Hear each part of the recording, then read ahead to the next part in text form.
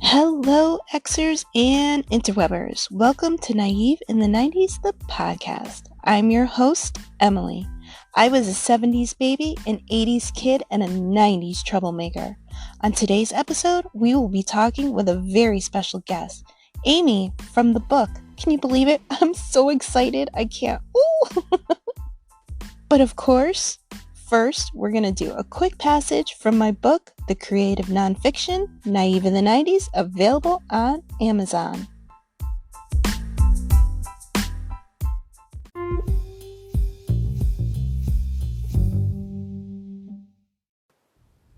May 23rd, 1993, Sunday. Yesterday, I went to Amy's with James and Dave. Dave left after a little bit, and James stayed for a while longer and just hung out. Later, Amy and I went to billiards to meet up with Lily and Anne. At like 10 p.m., Amy and I went to Game Room 1 for a Tyrant Trooper concert. Amy's ex-boyfriend, Alec, who used to abuse her, was supposed to fight with Dave. When we got there, we found out that Alec had passed out somewhere. I found James and was happy. Amy told a whole bunch of people what Alec had done to her. A little bit goes by, and he shows back up, crawled out of whatever hole he had been in, and some guy, Martin, punched him. Then Kyle started with him, smacked him right upside the head. It was great. Alec got pissed and started to yell at Dave for it, like Dave got everyone to pick on him or something. Alec looked like he was going to cry. Anyways, right before we left, Amy went up to him and slapped him really hard, right across the face. It was great. I guess he's also got like all these Latin kings after him and his friends. It's so cool. Don't hit girls, jerk. Then Amy's mom brought me home. She had the truck and we all couldn't fit, so the boys, Dave and James, sat in the front and Amy and I laid in the back. It was cold, but fun. We talked, laughed, and watched the stars pass by. It was like magic. Well, gotta go. Love me.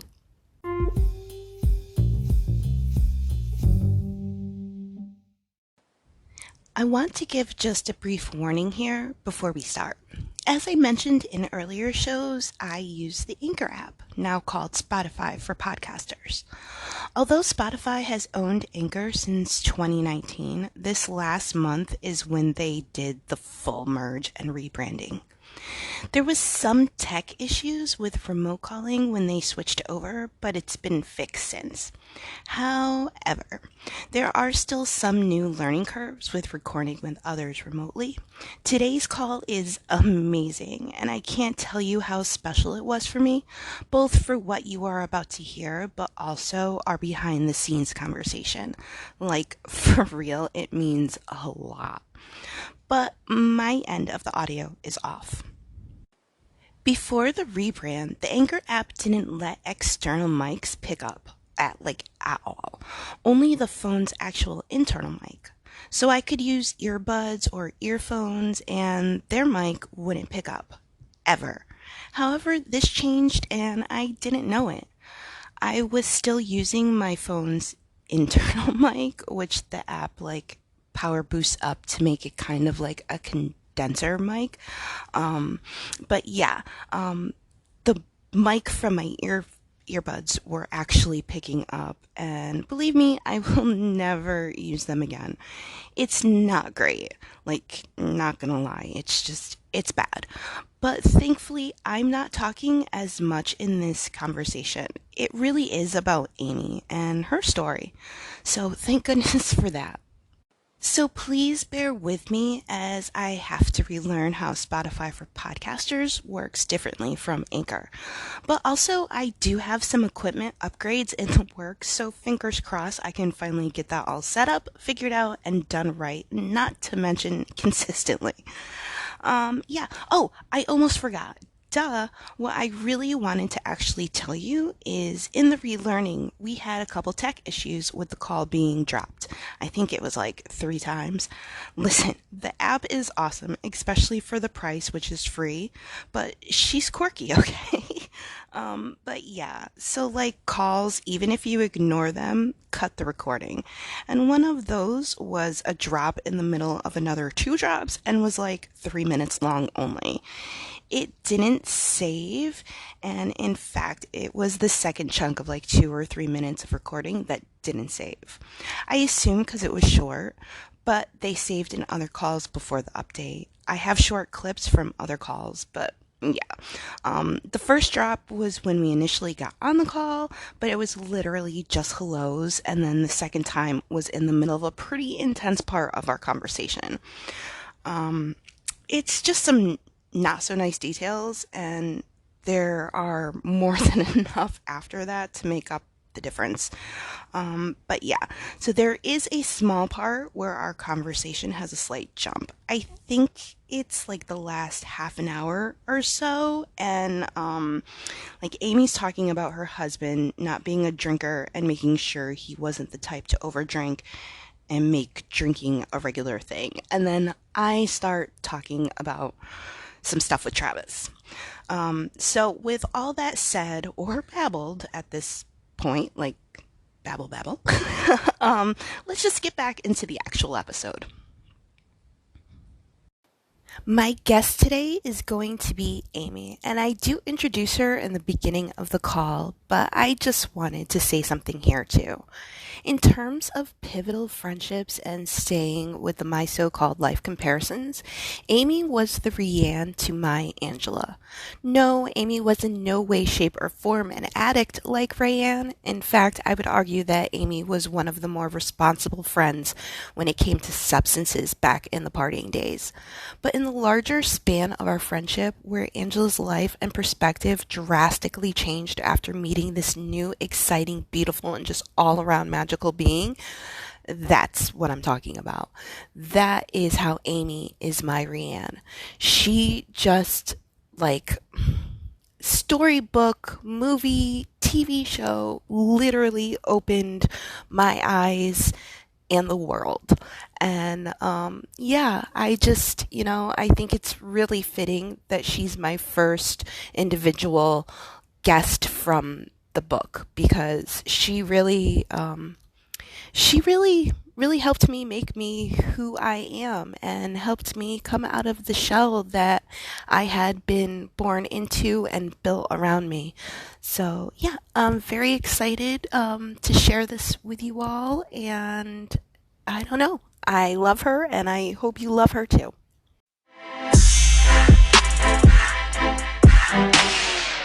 So, on today's show, my first solo guest from the book, and I think that this is like honestly the most appropriate person that I can think of to have for the connection and the time of the book.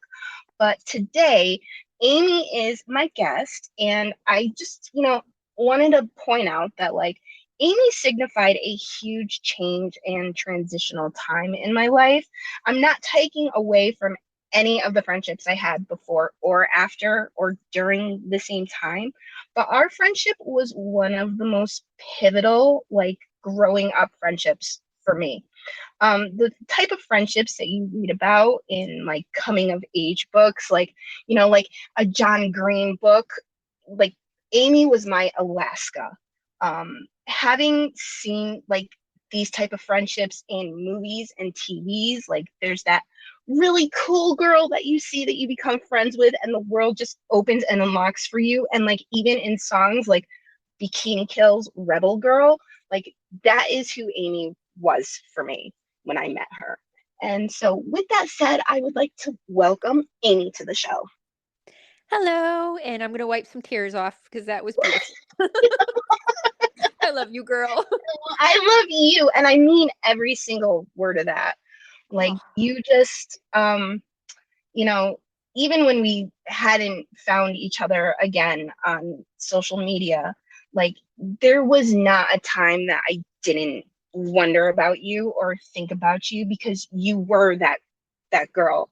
You were that friendship in high school for me. Like I came from a place that was like gray and then it became light and color when you came into my world. So Same here with me. I mean, I don't know how to explain it. You were just this light and this beauty, and I don't know, it's like I fell in love with you when I first met you in ninth grade, and I just wanted to be around you and absorb your light, and I'm so glad we became friends and we had that time together in high Yeah, school. me too. Me too. And like, so like in the book, you are in the very beginning. Like it's like I don't even know. Um, maybe like the third or fourth entry. It's like the first day of high school, and I'm like, oh, I met this girl, and she's so cool. But the funny thing is, and we've vaguely and like a little talked about this here and there, that was actually not our first meeting. Nope. Like that was like, and like it's funny because like in my own diary, I'm like, I just met this girl and she's awesome, but no, we had actually met the year before, and in our town, um, we had the the town was like divided into two when it came to junior highs, and it was like a Yeah. couple hundred plus kids in each of them. And once a month, the town would take all of the kids from junior high and they would give us a dance. Yes, and I love those dances. Oh, they were amazing. Aren't there certain songs that you hear or certain bass drops you hear that it just like brings you back to then? Yeah, who is it? I can't think of his name right now. Old Time Rock and Roll? Oh yes, Bob yes, yes. Seger. Yes. I mean, they played that every dance, and I just remember, Mhm. just people like the guys up on the top of the bleachers, like, clapping to it and Yes, stuff. Yeah. yes, yes. And like everyone really felt very cool at those dances. And it's funny to Yes. think of because like, we were like 13, 12. We were so young, and none of my I had all my friends were at your junior high. I had no Yes. friends at my junior high, so those dances were real important to me because then I got to hang out with all my friends that I didn't get to Right. see. Yeah. Which, interestingly, and this is how we met, even though that's not how past me apparently put it down, but we had actually met at those dances because your friends that went to my school were actually also my friends. I know. And we were like in the bathroom doing something, right? And we shared like eyeliner I it, or yeah, we were in there, doing the primping because at that time it was like hair and makeup and the coolness. And yeah, we had to have the big bangs. yes, yes, and I do remember because it had to be the eyeliner because I remember eyeliner as well, and I remember like it was at the time where you would like light the eyeliner to soften it, Yep. so it would be like nice and dark. And thick and clumpy. Yes. Yeah. So I thought that that was funny that like the funny thing is like I remembered that as an adult that that was the first time we had actually met, or at least the first time I had interaction with you because I knew who you were because one of your small time exes was one of my exes also. So Jake there was he and so I was like, oh, that's the girl. And like right away I was like, all right, good. Oh, she's so pretty. Oh, look at her, Oh my god. and so like I don't know why, later on it was not mentioned, I but don't when you either. walked into because when you walked into that homeroom in 10th grade when we did meet, Right. um, I was just absolutely floored by you and like everything about you, your clothes, your hair, you were just so gorgeous that oh, I was like, That you know what? I'm gonna be friends with that girl. It's so weird that you see it that way because I was so awkward and poor. I mean, I shoplifted my clothes from Caldors, you Yeah, know? It's yeah, just And then I didn't know how to do my hair. I didn't know how to do my makeup. I was the most awkward, out of place person. But you, oh my God, you're absolutely gorgeous and so sweet. And you had that Oh, great laugh. I love your laugh. And I was just drawn to you instantly. I remember going home. My mom's like, how was your first day of school? I'm like, I made a friend. I can't believe I made a friend. And I think it's going to be a really good friendship kind of thing. yes. Yeah. Yeah. Same. I didn't say it to my mom, but yes. Because yeah, I can't think of high school without thinking of you. The same It here. just like I don't know. And like we were connected in so many ways, like friends, boyfriends, groups, just like Right. everything. And as we've mentioned before, I don't think it was on air, but we've talked about how like, the dating pool was kind of small Hmm. because, we didn't have the computer, we didn't have Tinder, we didn't have, all these things. We didn't even have something like Uber, Nope. I mean, like we just had who we went to school with, who those people knew outside of school, and anyone we possibly may have run into here and there. Right. It was completely a different setup. So like a lot of our circles ended up intertwining, and then eventually we just became the circle. Yeah. And we were pretty damn cool. Yeah, yeah, right. I don't know. I thought we were freaking awesome. I'm like, life is not going to get any better than this. That we had such a great group of girls. And then, Oh yeah. we added guy friends in there that were great too, but the group of girls we had for me Mm-hmm. were amazing. For me, it was an experience that I never had an experience with because I got bullied so much in elementary and junior high that I just never had a connection with girls. I mean, I had one main friend growing up since second grade, Right. and she went to your school. And Ann and I really didn't become good friends. Like, we knew each other when we were friends, but we didn't really become best friends until like 10th grade. Right. Right. So it was such an experience for me when I started getting girlfriends. And I had no clue how to act around girls. Same. Yeah.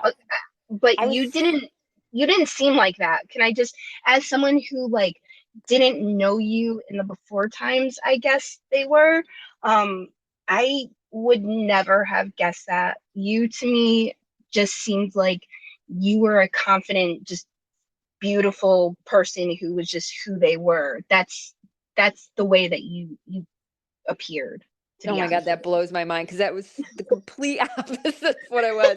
I was this tomboy, ugly, you. like No. just I wouldn't even I wasn't nerdy because I wasn't smart. I was just like an outcast kind of thing. And yeah, I mean, I just survived. That's where Yeah. school was really for me was just for surviving. And it was, I mean, home life was good, but school was just survival.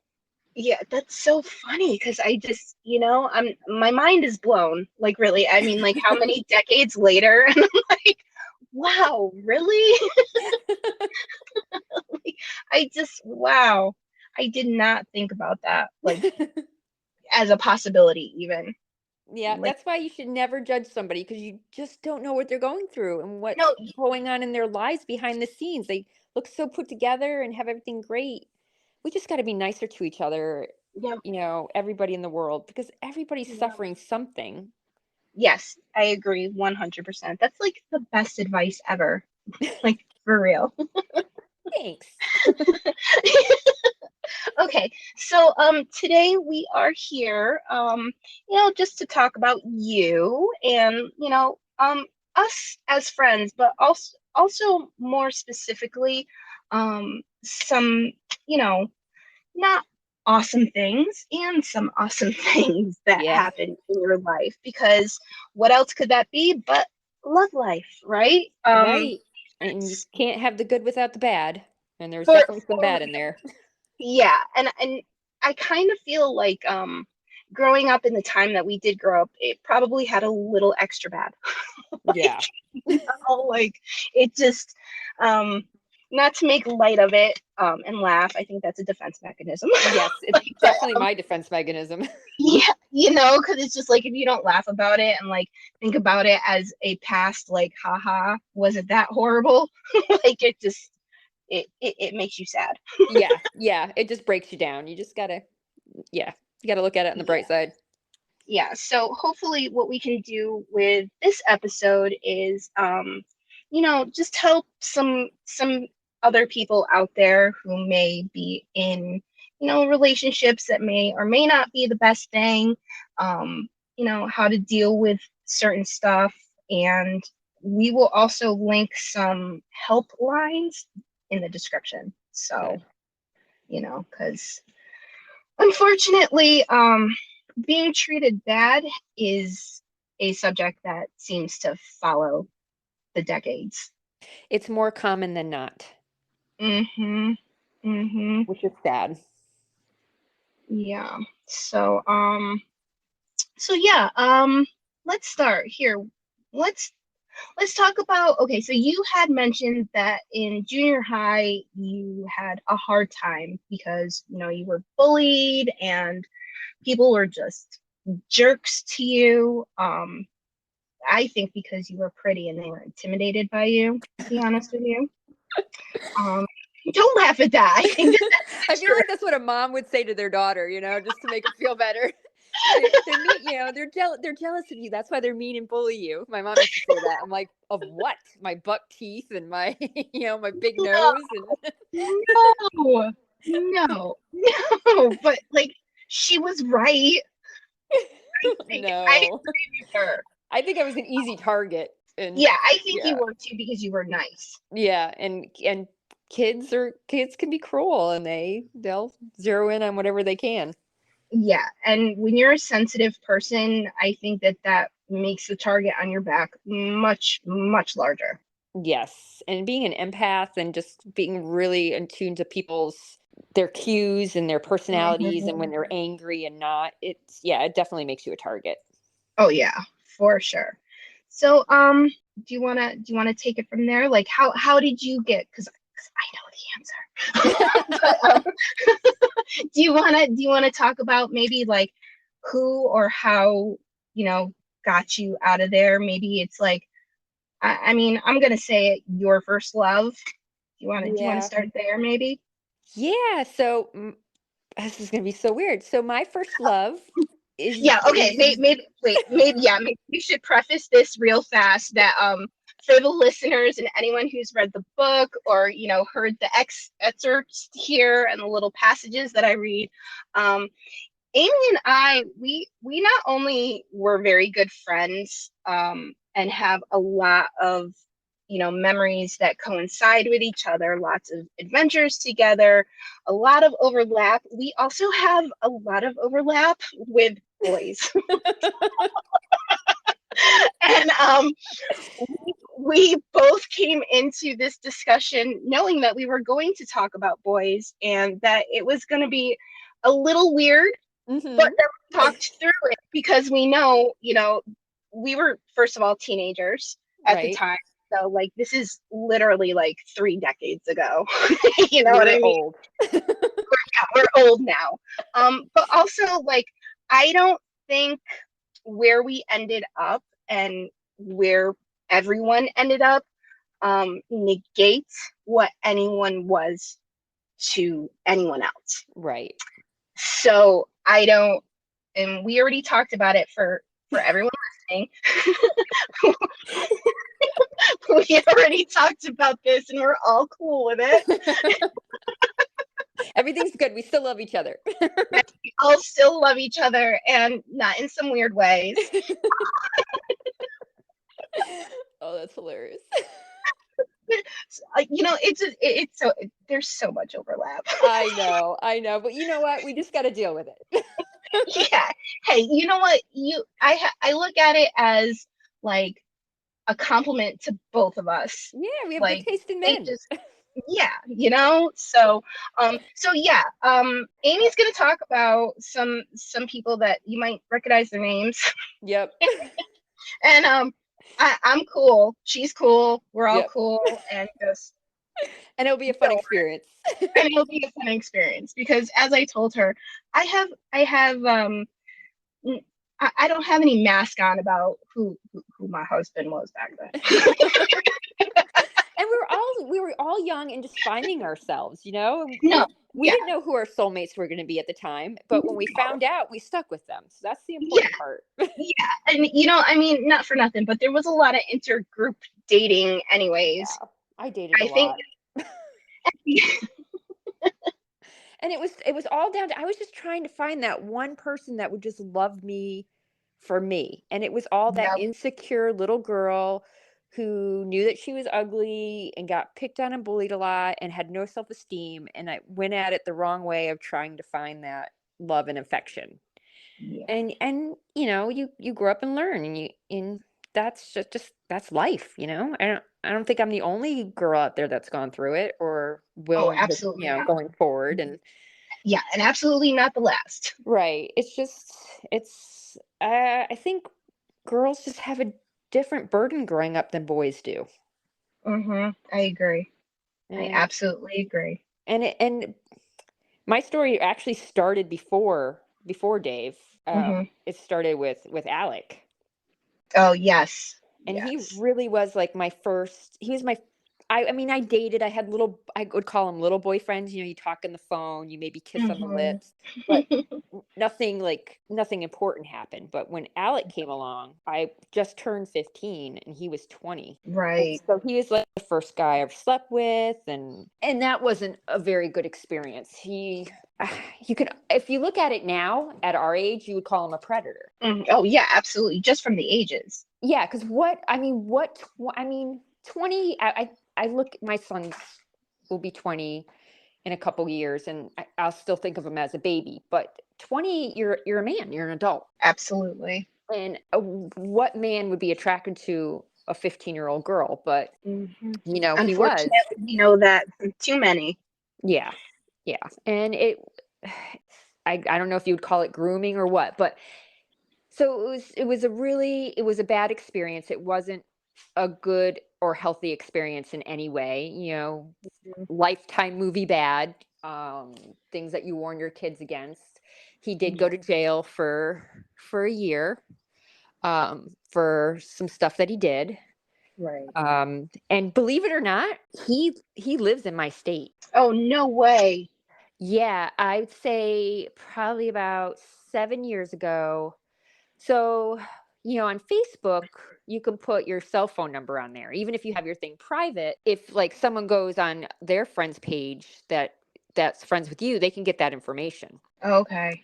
I didn't think anything of it. You know, I mean, we dated for a year. So I was 16 when we broke up, and he went to Right. jail for a year.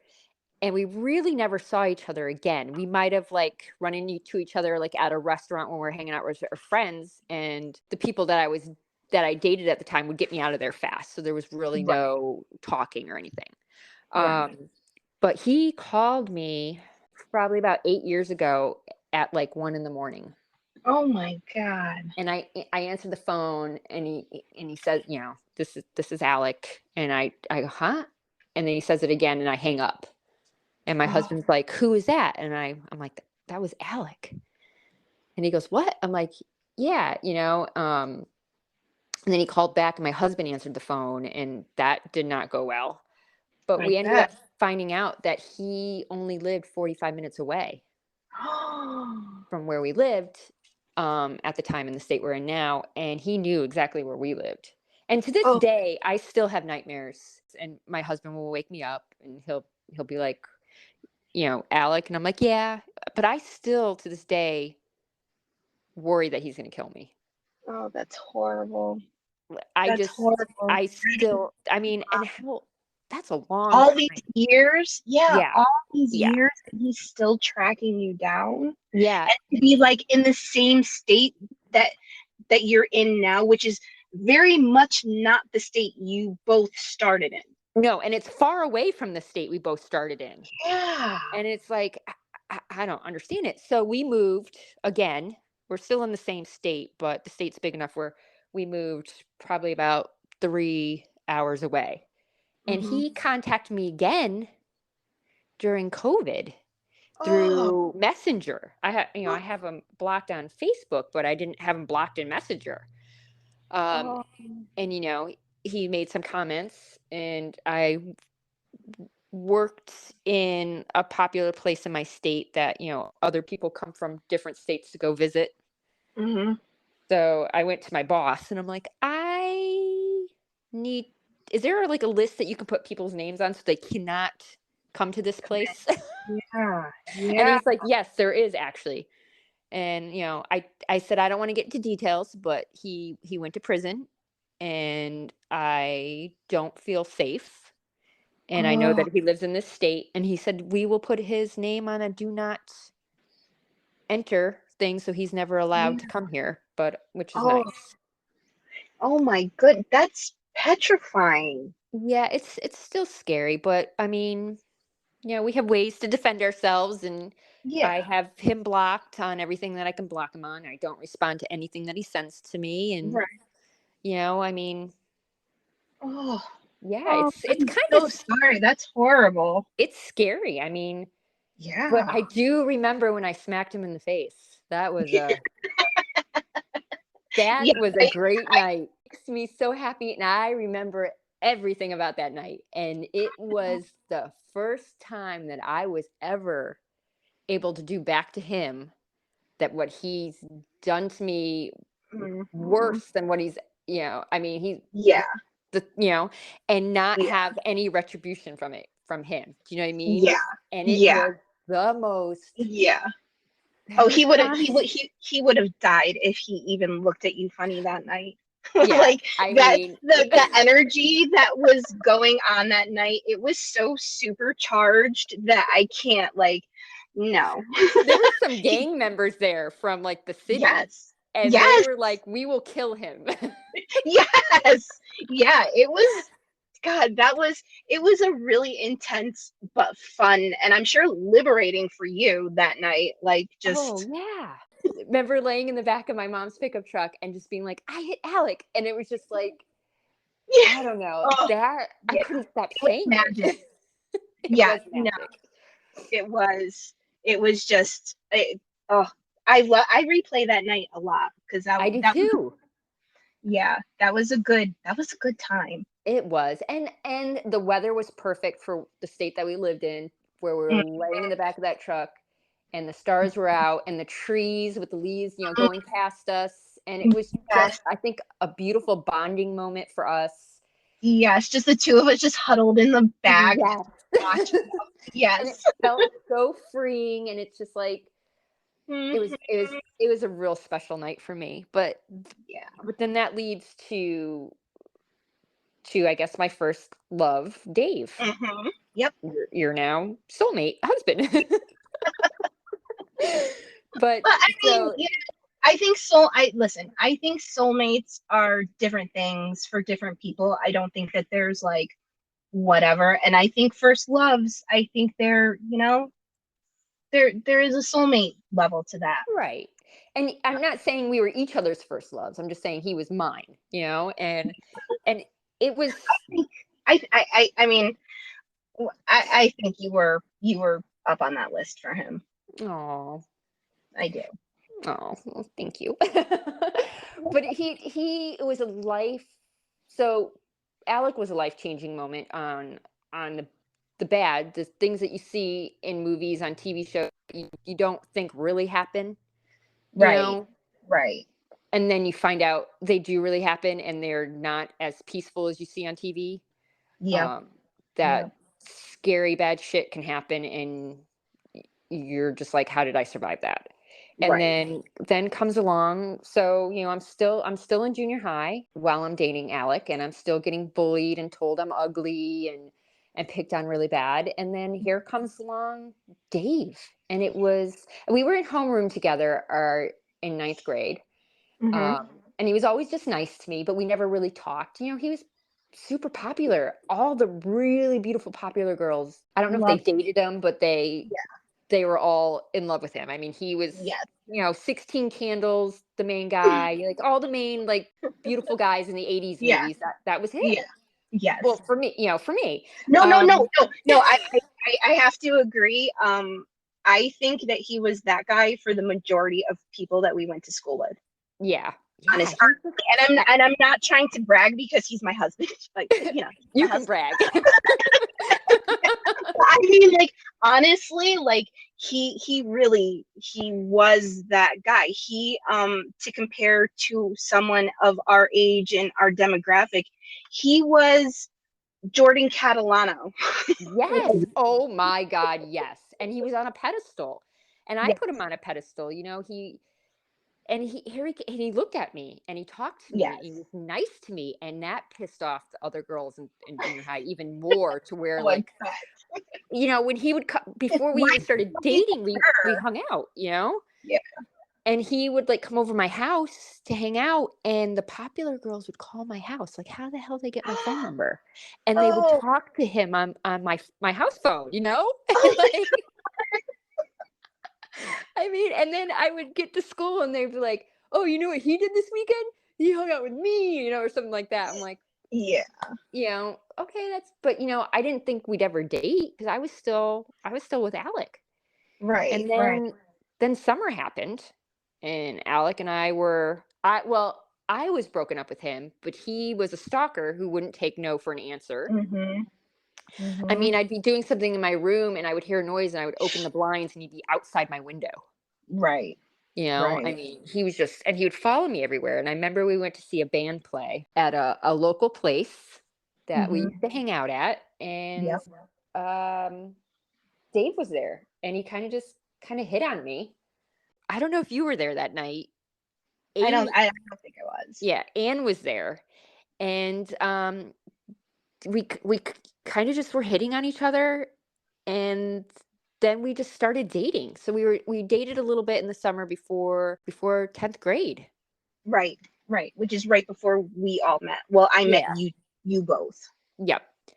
Well, And I mean, officially met because as we, established, we met.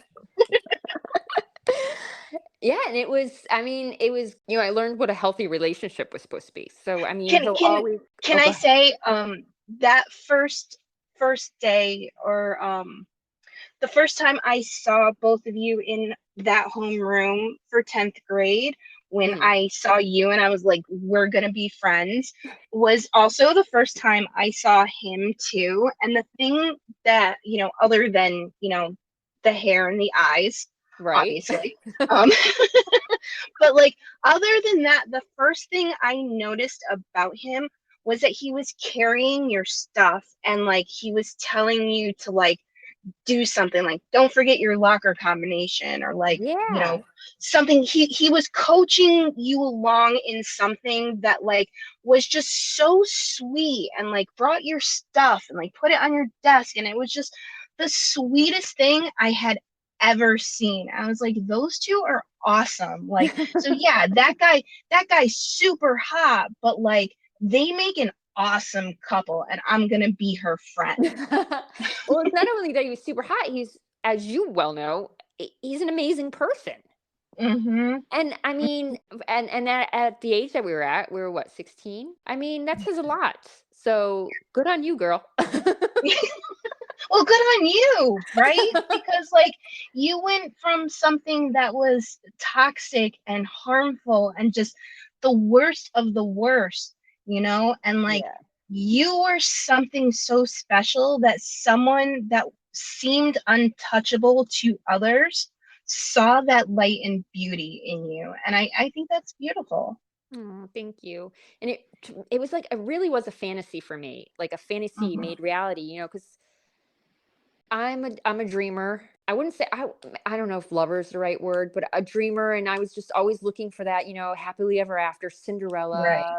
Cinderella, perfect, and it kind of was that situation for me. So that's why I think, a lot of relationships are always kind of really one-sided. One person's always more than the other Mm. person, and I think that was for me. For me, I was the more. Well, I think I don't. Okay, so as someone who was a friend to both of you at that time, and not as someone who's been married to him, I'm saying as someone who was there and knew you guys for the majority of your relationship, I think he did feel that way about you as much as a 15, 16-year-old boy can. Right. Especially as much as a 15, 16-year-old boy can in the early 90s. Right. You know, And being super hot and having girls throw themselves at him throw all the throw them. time.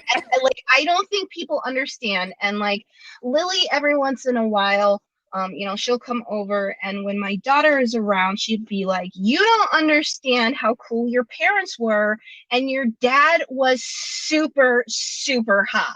Yeah. Like, our daughter is like, "Ew, gross." What? Yeah, that's disgusting. You don't know, girl. Yeah, and like she laughs and like looks at the guy that's snoring on the couch with his tiny dog. You know what I mean? That's hilarious. Yeah. But I'm like, no, it's true. You don't understand. But like he was, and I think at the time, like you were super important to him, and I don't like. I mean, I think it'd be a little weird if he and I were like, hey, you know how much you loved her. You know what I mean? But we have talked about how significant all of us were, and so I Yeah.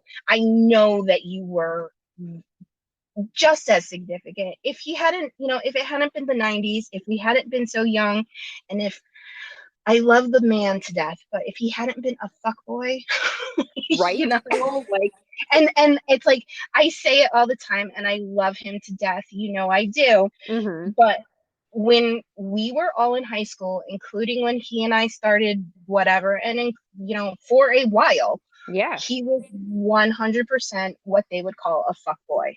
Yep. Like, Yeah, I mean, you know, and I think every generation goes through that. But yeah, absolutely. he'll always have a certain spot in my life for teaching me what a healthy relationship should be like, being able to Mm-hmm. trust again, not to the point where like not flinching when someone went to try to just move my hair out Touch of you. the way or Yeah, something. Like I would yeah, flinch so hard like someone was swinging at me with a fist, right. And he got me past that. So, I mean, that was just That's that was a good experience. Did I yeah. ever tell you, so after my husband and I were married in um I, th- I think we were living in our first home together and we had a dog, and Anne said, come to a party. And so it was we were living in a different town, so we drove to that town, we Mm-hmm. went to that party. I remember it was a outside bonfire party. Mm-hmm. So our dog was really a cool dog. You could have her off a leash and she'd stay right by our side, and we never looked for where she was or called her. We just knew Right, that wherever we went, she'd be there. right. And my husband's off talking to somebody, and I hear somebody go, "Hey, that's a really cool dog." And I went, "Yeah." And we found her on the side of the road when we lived in this state, and we found 4 puppies and we kept her, and we're talking. He goes, "Amy?" And I go, "Yeah." And he goes, "Dave." And I went, "Holy crap." And the first thing I said was, "How's Emily?" But it was so weird I didn't recognize him at all. Yeah, yeah, So yeah, yeah. weird. I had no clue who he was. It's so weird. Yeah, yeah, he doesn't look the same. It was he, just blew my mind to he run into him. he's he's like that baby face, that baby Catalano face that he had has like matured into a man. Yeah, I mean that happens to all of us. I matured into a man too, so. Oh, no. No, age hits us hard and you're like, yeah, I'm not going to look in the mirror today. I'm just going to skip Oh that. God, I think that that's silly because you are gorgeous, but I feel you. Like, I'm the same way. And then it's sad. Like, I avoid the mirror at all costs. And then when I have to look in the mirror, I see how many more gray hairs I have. Yeah. Oh, oh no. I know. I know. I always say to my husband, I don't mind growing old. I'm just glad, or he'll be like, oh God, I look so old. I'm like, that's okay. So do I. We're growing old together. We're experiencing this Mhm. together, at least, Yeah, we just, yeah. but sometimes I look over at my husband. I'm like, like we were at the doctor's office for something and he had a mask on. I look over, I'm like, who's that old guy sitting in the, oh, hi, it's my husband. Yeah, I do like, I'll see someone on TV or something and I'll make a comment like, oh, look at that guy with like the brown hair and the full white beard. I'm gonna start laughing and then he'll be like, hey, and I'll look up to oh no, I don't mean you, darling. It looks good on you. You're a silver fox. Yeah, they don't understand that we love them no matter how old they Yes, get. We love them, yes, but yes. we can pick on other people for it happening to them. Exactly. Exactly. Oh, that's too good. Oh, But that's funny. so I mean, and then we dated for like a year, and he broke up with me for some stupid reason. I think we were roller skating and someone smacked my butt, and that upset him. But I think also he was like, yeah, I've dated this girl for a year and there's some really hot girls in this high school. Yeah. And I don't everyone, need to be, yeah, I'm not going to marry yeah, this girl and be with her for the rest of my life. So it's time to move on to some other hot chicks. yeah. No, yeah. I mean, I mean, you but can't not for blame them. nothing. Yeah, I mean, that was like the culture in Yeah. especially our high school. It was very much a like Roman party. Oh You yeah, know and what I mean, I'm not innocent. I dated a lot of guys in that school and out of that school, and I slept Yeah. with a lot of guys. So I mean, it was just that, I It mean, was the we were night. young and Yeah, I mean, yeah. I do remember you guys. My saddest part was that you guys tried to stay friends because it we didn't all work. were much like most of the people that we talk about. We all were part of the same circle of friends. So Yes. like you guys not being friends was super super super hard. Like Yeah. And I think it it tore the group apart a little bit. it really did. It made a divide that was never repaired in the same way. No. And So, I hate to say this, and you can cut this out if you want to. I don't oh blame no, you. But he got pretty brutal though after that. Like oh he was mean. no, That was the hardest part for me, that he was just so mean. he was horrible. Like I remember, like even just that homeroom that all three of us were in, where I sat in between the two of you. He was Hmm. just not. He was just not nice. Like No, I think he called me a say, whore one day or something. he would say things, or he'd like mumble stuff and like pointedly laugh where Hmm. like you knew it where it was directed. Yeah. Yeah. And like as we both said, like he's a really good guy. Like he's a Yes. top tier good guy. But also at the time he was a teenager. He was a Hmm. teenage boy, and he was, really one of the kings of the school. Yeah. So I get it. You know what I mean? Like I get it, but he was a dick. He was. He was. I mean, he tried to get his ex or girl he was dating at the same time try to beat me up, and Yeah. I think that Yeah. someone wrote "whore" in my locker, and Yeah. yeah, I Yeah. mean, but I think it would have been easier to get over if he wasn't so mean about it. I think Mhm. that's what made it so hard. But I remember when I finally was like free of like the broken heart, we were at some kind of party and he was being mean, and I looked at him and I went, "I effing hate you." And he Yeah. just looked at me. I think you were sitting there. I think we Yep. all just dyed our hair blue in the bathroom with like Yeah. Kool-Aid or something. And then, and I felt so freeing after I said that. I'm like, oh my Yeah. God, I really do hate him right now. You Like, do, and do you remember the look of hurt that flashed on his face though? yes, I do. And it Because felt good. I'm sorry to say it, yeah, but it yeah, felt no, no, no. good. Yes, and like you deserved that flash of pain from him. Like you earned that because he was a jerk when you guys broke up, and Yeah.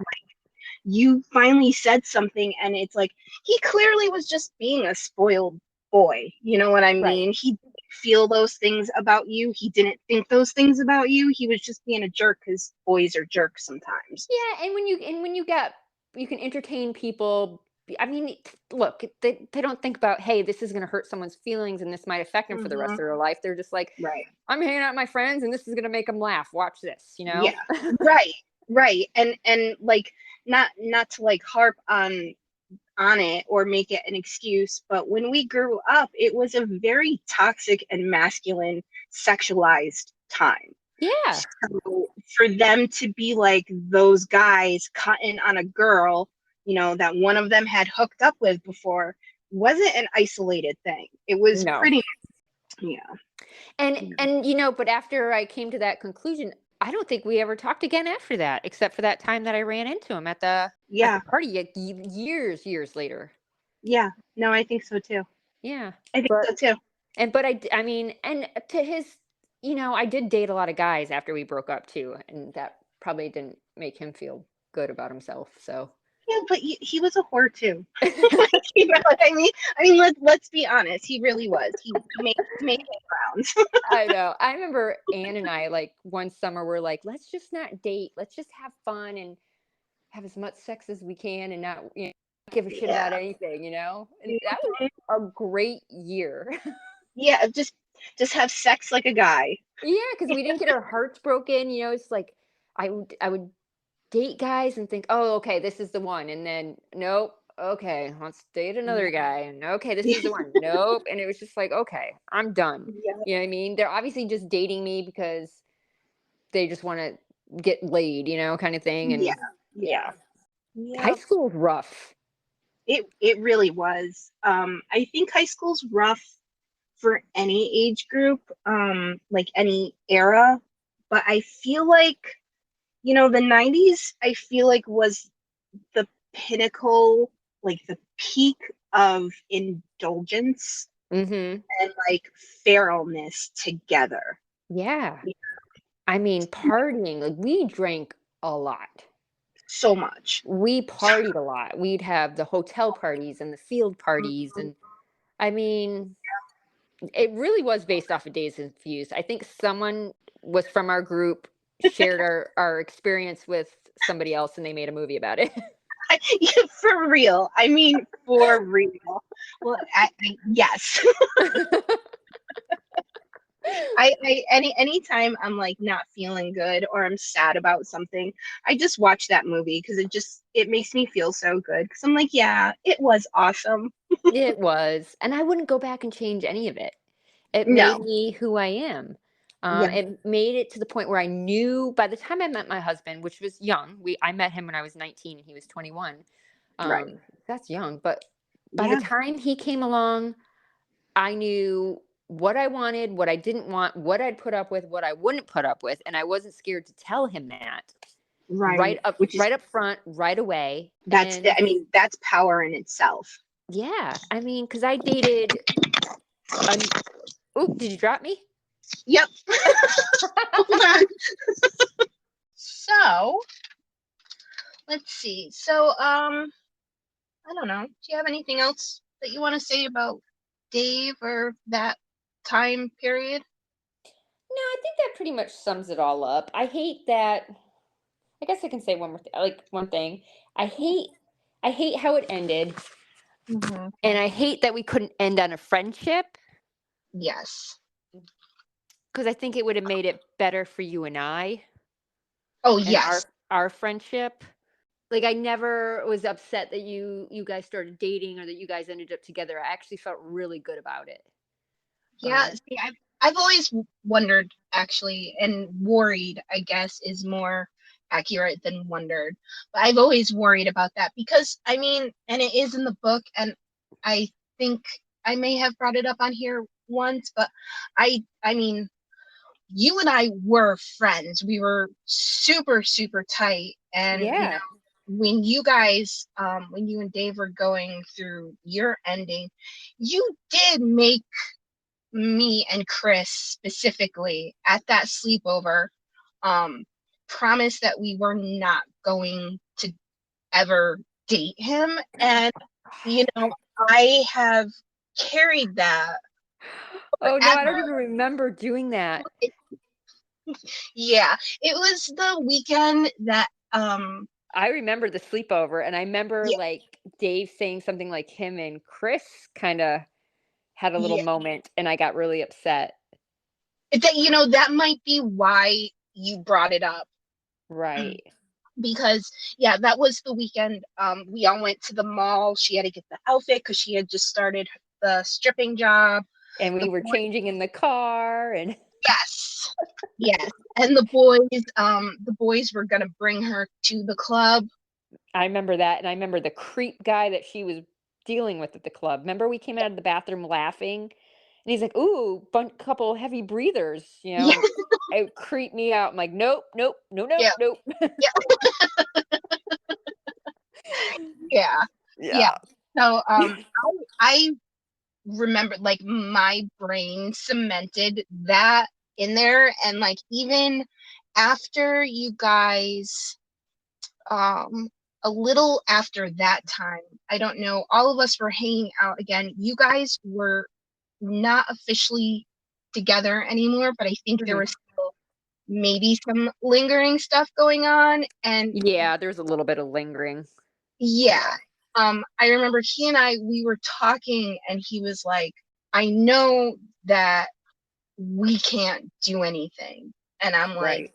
no, I'm like, we can't. And he's like, I want to.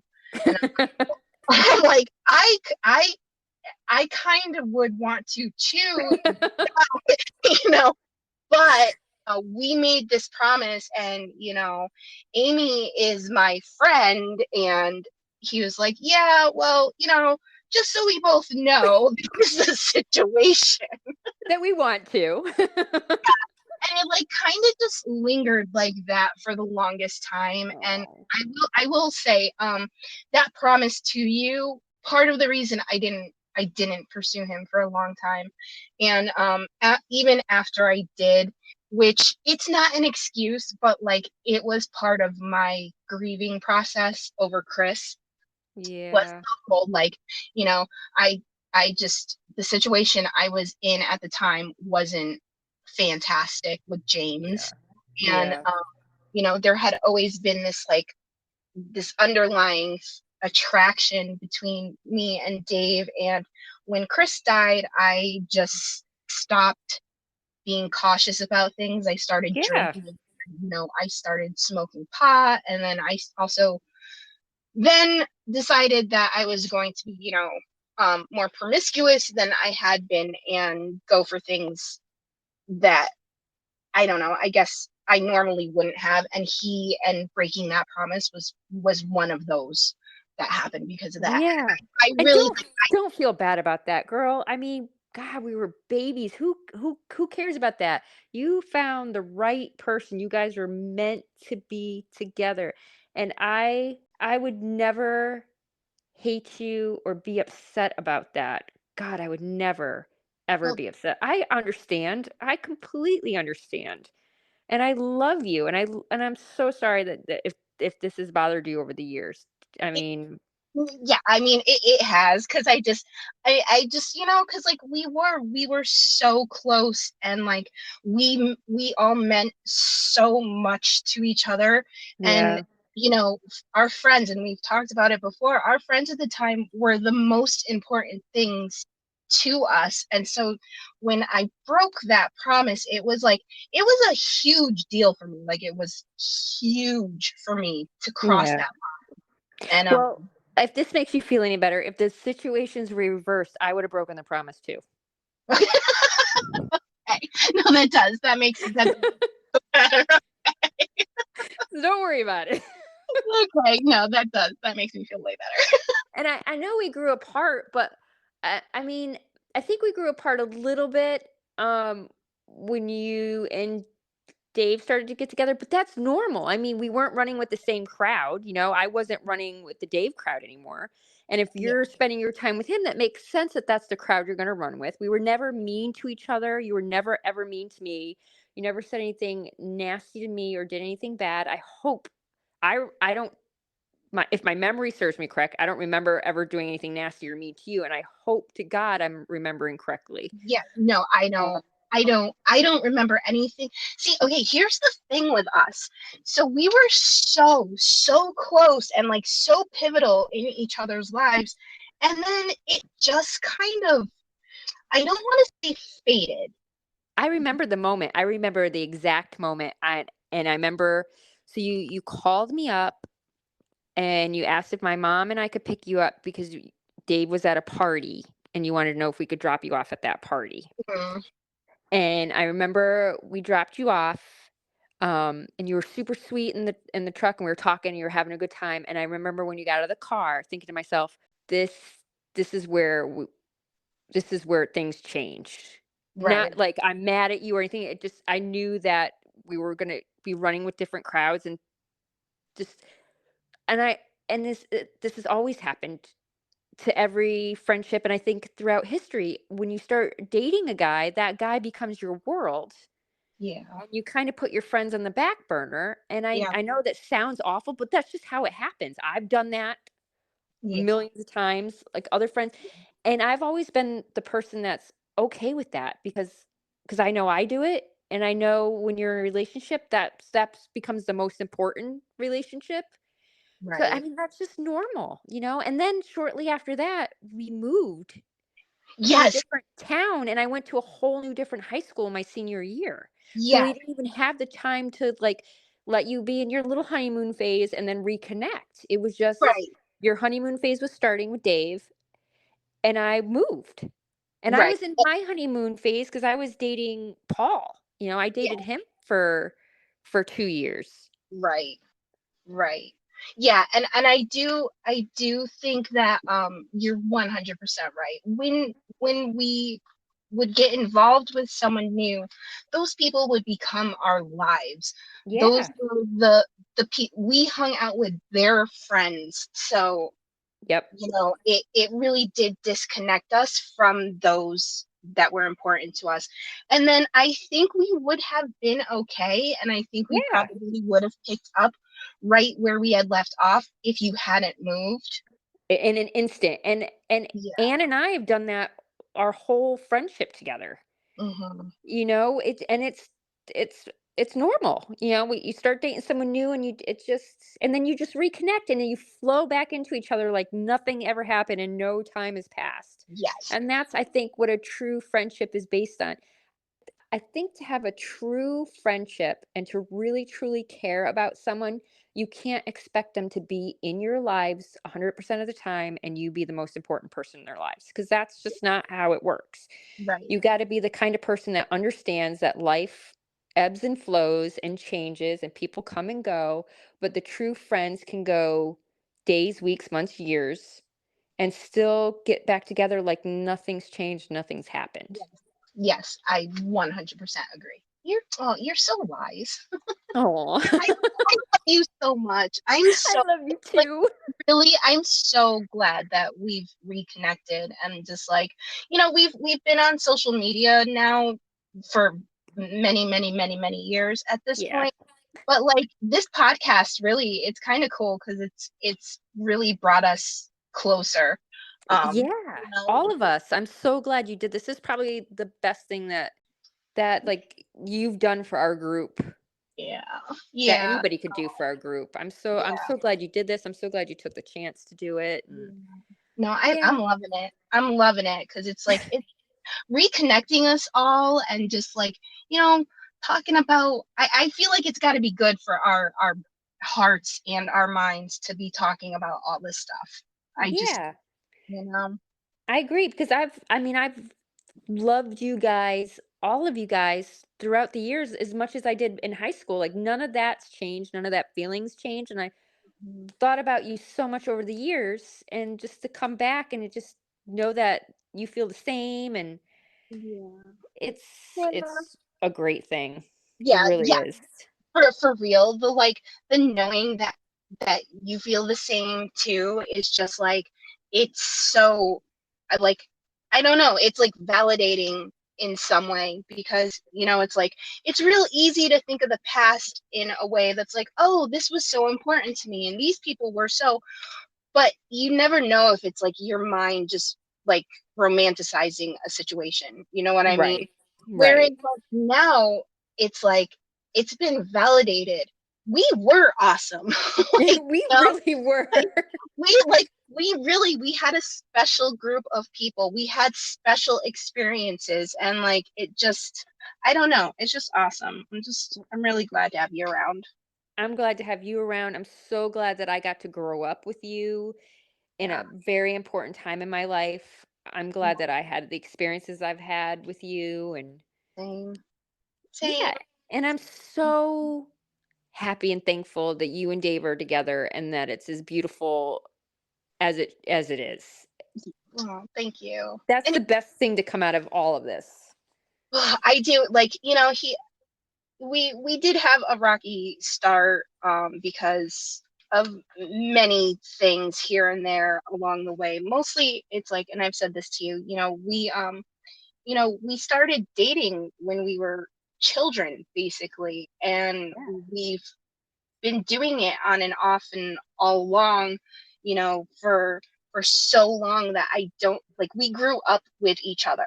Like Yeah. we literally grew up with each other, and I feel like in doing that, we may have in the early years skipped some of that maturing and, life experience that may have made, putting two people together a little bit easier. Um, Right. but now I wouldn't trade anything that we've gone through or anything for what we have now. Like, it's just, he is my best friend. He knows me better than anyone in the world because he's known me forever. And like, Yeah. same with him. Like, we have so many times it's like one of us will say something and the other one will be like, get out of my head, I was just gonna say that. My husband and I do that all the time. My son's like, "You guys are weird," because we'll Yeah, be like talking and we say the most random shit at the exact same time, and then we uh-huh. just look at each other. We're like, "Yep, we're merging. We're just Yeah, gonna merge into one person." so we say the same thing. We really do. But like, of course, that comes with stuff too. And I don't Yeah, want people to think that, like, you know, relationships, like, that they're perfect or anything, because they are far from perfect. far Um, from it. yeah, but I think the thing that, like, I don't know, makes us stick out, or makes us different, is that no matter what, we've stuck through it, you know? Yes, and if you can make it through the shit that you made it through, you Mhm. guys are you're golden. You're good. Yeah. You know it's a true relationship. Yep. Yep. Yeah, we're gonna be those old people in the rocking chairs. Yep, I'm us too. okay with that. Yeah. Yeah. Hey, maybe our rocking chairs will be in the same vicinity one day. That'd be great. Working on it, girl. I'm I'm still working. trying to get everybody to move down here. This is the best place in the world to live. I keep bringing it up, so I am working on it. Your kids would love it here. You got to get them to move too. Oh yeah. Oh yeah. I would definitely make them. Yeah. Yeah. So, we've talked about a little bit about how we have had overlap with some of our people. Hmm. I think that we would be remiss to not bring up the other person that we have overlap and in common. Yes. Especially since, the subject matter that we're talking about today. I I don't think either of us could really tell our stories without bringing up Travis, Right. I agree. unfortunately. So where do you want to start with that? Because I dated him first, Yes. and I believe I met him the same way that you met him through Anne. We Yes. were at a well, actually, believe it or not, I knew him from elementary school. Oh, really? Yeah, we didn't go to the same elementary school. We didn't even live on the same end of town. But where I lived, it was an apartment building, and Mhm, one of our tenants had a stepdaughter who I've known since I was probably 5, and, mhm. she would come on the weekends and visits. Well, I would go to her house and spend, like, the weekend, and her neighbor, their front doors faced each other, was Oh, Travis, and we would play with Travis. And I okay. kinda even at that young age, kinda, like, had a little kinda crush on him, thought he was Mhm. cute and stuff like that, and then, you He's a, know he was a charismatic person. Yes. Like, Yes. And he was definitely cute when he was younger. I'm not going to say mm-hmm, that is the case now, but it was definitely the case when he was younger. He's just a little baby face, cutie mm-hmm, pie, you know?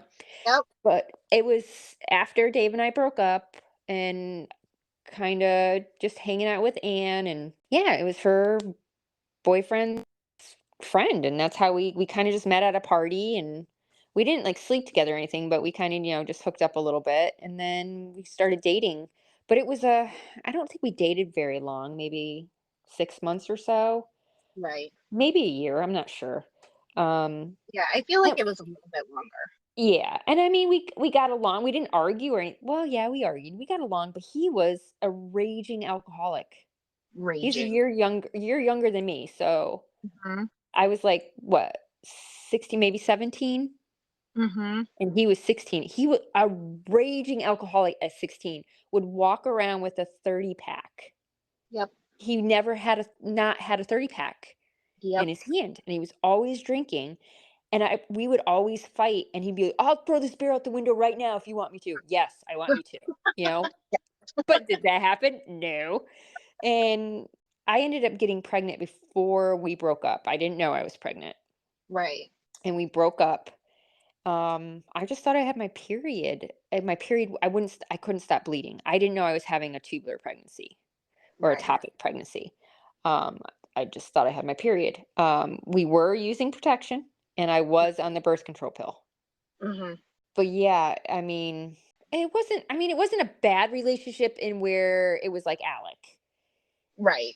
But Right. it wasn't a it was a relationship that made me realize going forward in the future that that is something that I will never ever deal with in another human being. I will never date an alcoholic. And Yes. to this day, I've never seen my husband drunk. Right.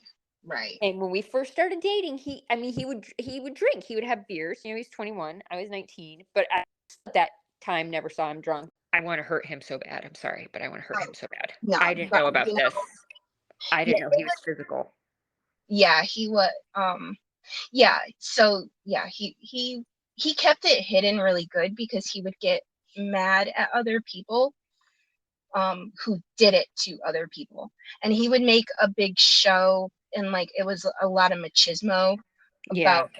about, so and so hit so and so, or you don't hit girls, where he would come, home, and he would be, wasted, and he would just, as and it didn't always start out like that. Like, during the day it would be fine, and like when Hmm. he would first start drinking it would be fine, but then like as it went, um he would just he would have no temper control.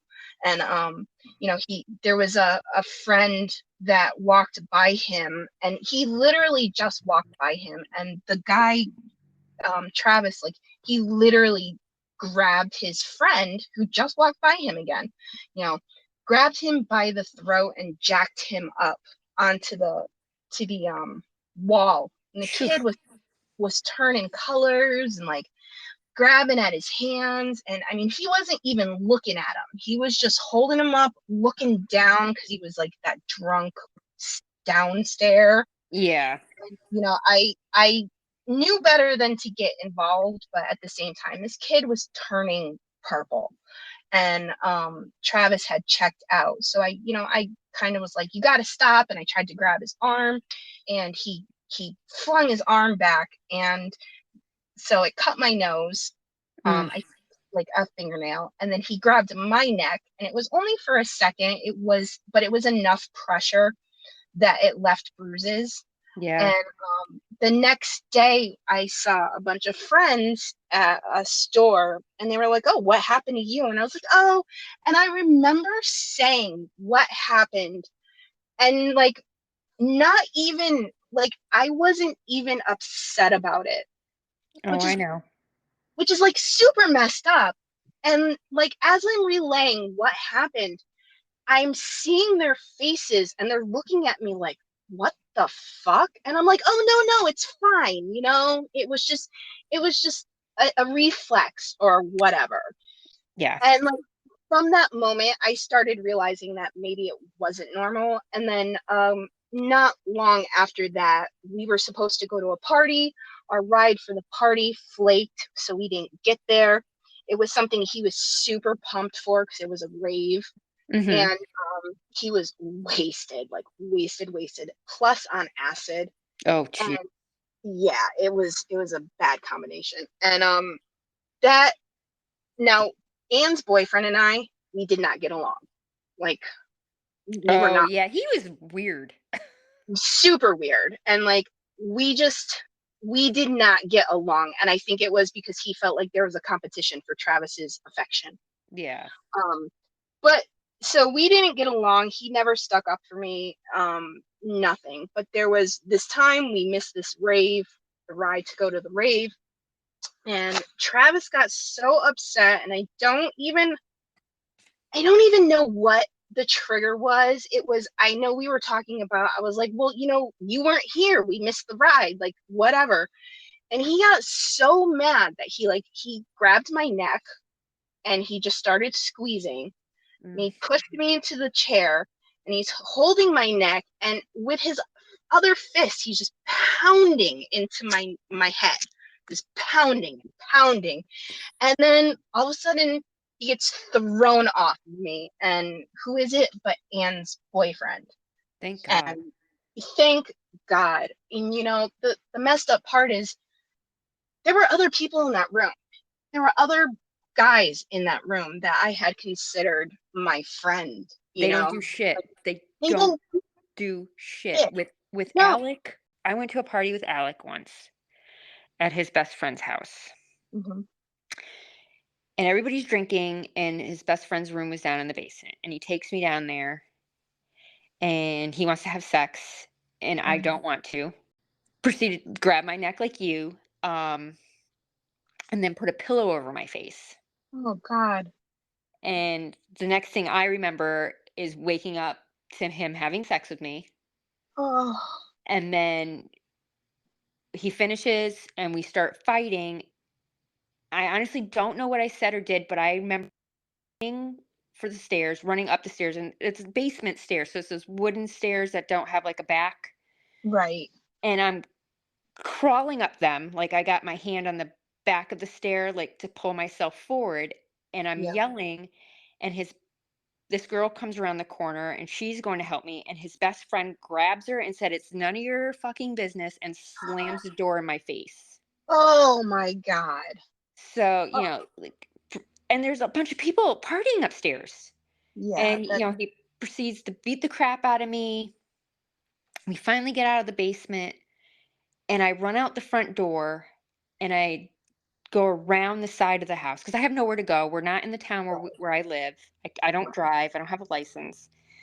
And I tear ass around and go in the back of the house and I walk in and one of his friends is standing there and I just wrap my arms around him and I grab him and I'm hysterically crying, going, "Please hide me, just hide me, just hide me, just hide me, just hide me, please Oh. hide me."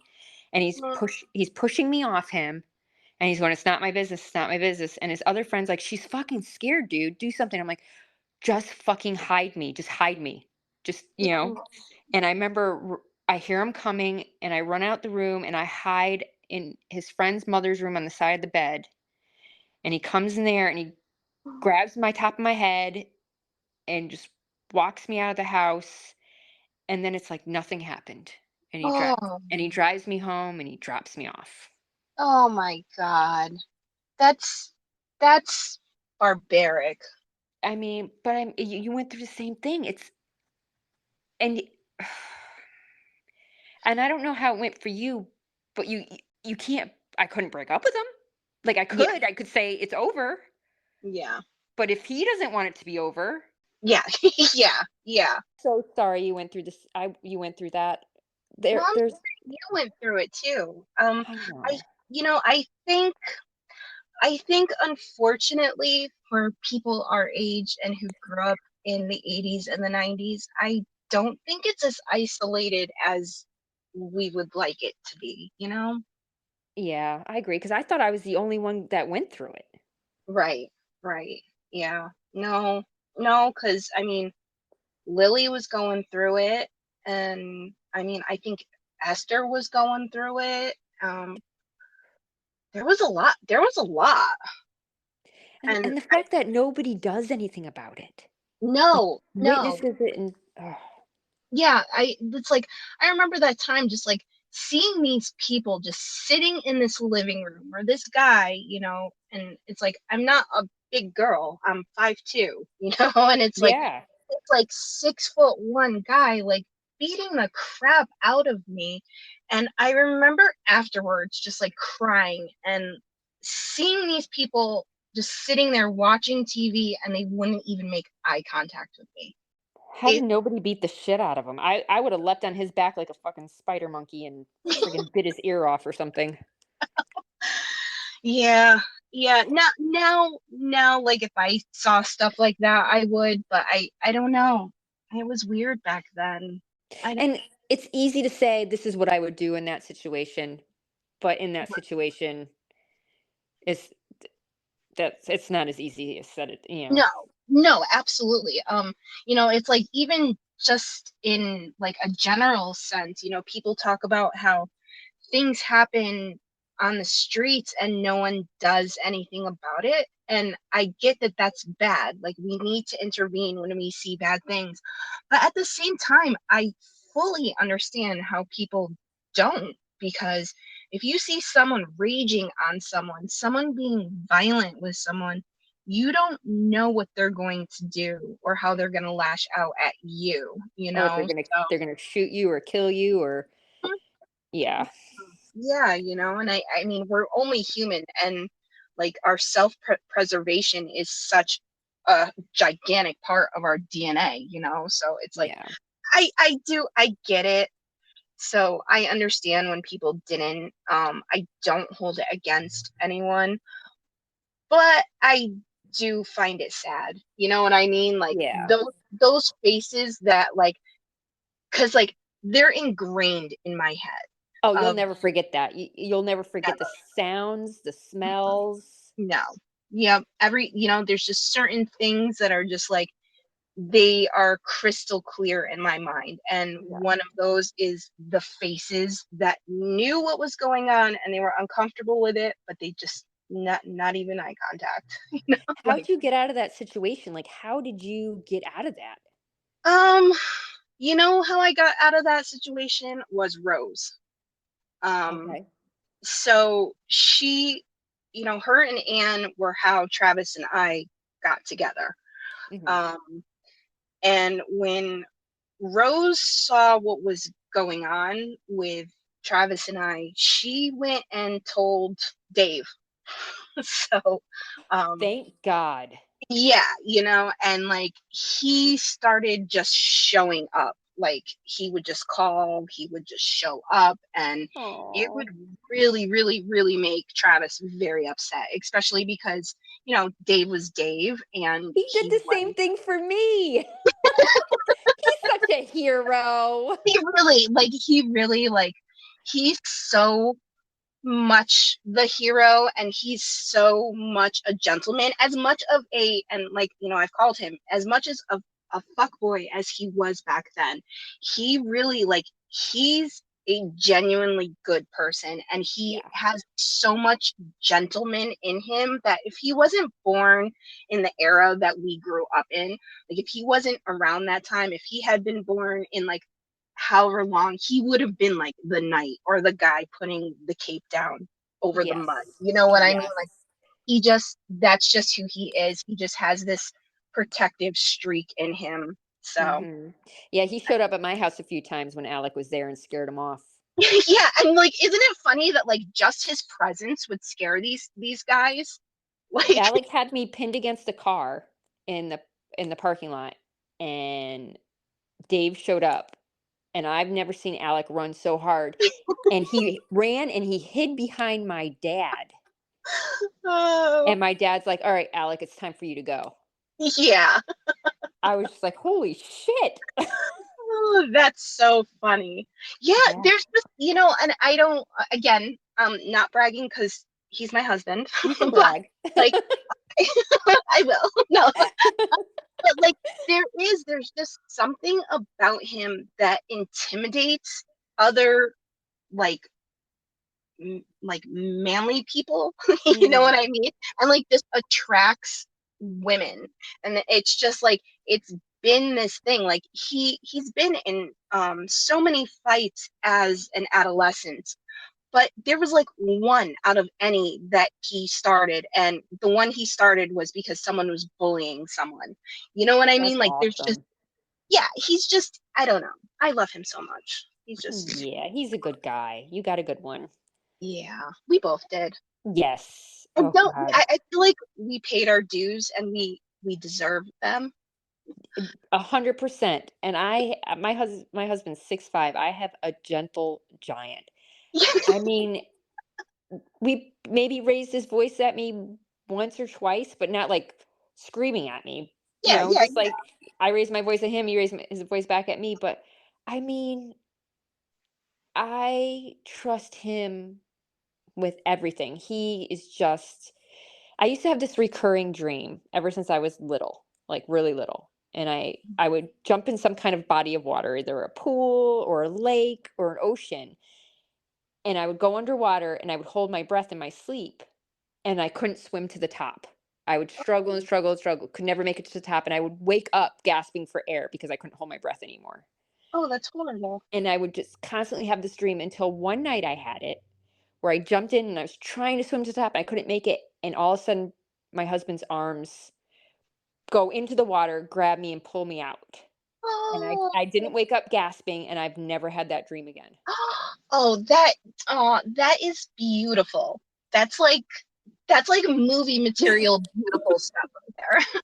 He's I know I throw this word around soulmate, but he really, if there's different universes and different times when people have been together, we've always been together. Right, He right. We will never not be together. We'd You'll never always be find apart. each other. Yes, yes. He's That's, my everything and he loves me back so much. I never once doubted how much he loved me or how much he um, loves me, and I feel confident and comfortable in it, and I've never felt more safe in my life. I love that. I like really like I love that, especially being someone who's known what you've gone through and was there for a lot of the pain that you did endure. I just thank God. I'm so so happy for you.